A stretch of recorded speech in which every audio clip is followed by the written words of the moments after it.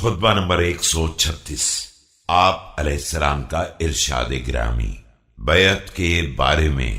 بسم اللہ الرحمن الرحیم۔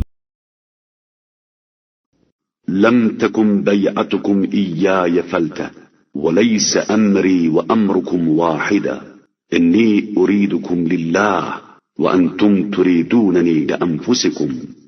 میرے ہاتھوں پر تمہاری بیعت کوئی ناگہانی حادثہ نہیں ہے، اور میرا اور تمہارا معاملہ ایک جیسا بھی نہیں ہے۔ میں تمہیں اللہ کے لیے چاہتا ہوں اور تم مجھے اپنے فائدے کے لیے چاہتے ہو۔ أيها الناس أعينوني على أنفسكم وأيم الله لأنسفن المظلوم من ظالمه ولأقودن الظالم بخزامته حتى أورده منهل الحق وإن كان كارها۔ لوگو، اپنی نفسانی خواہشات کے مقابلے میں میری مدد کرو۔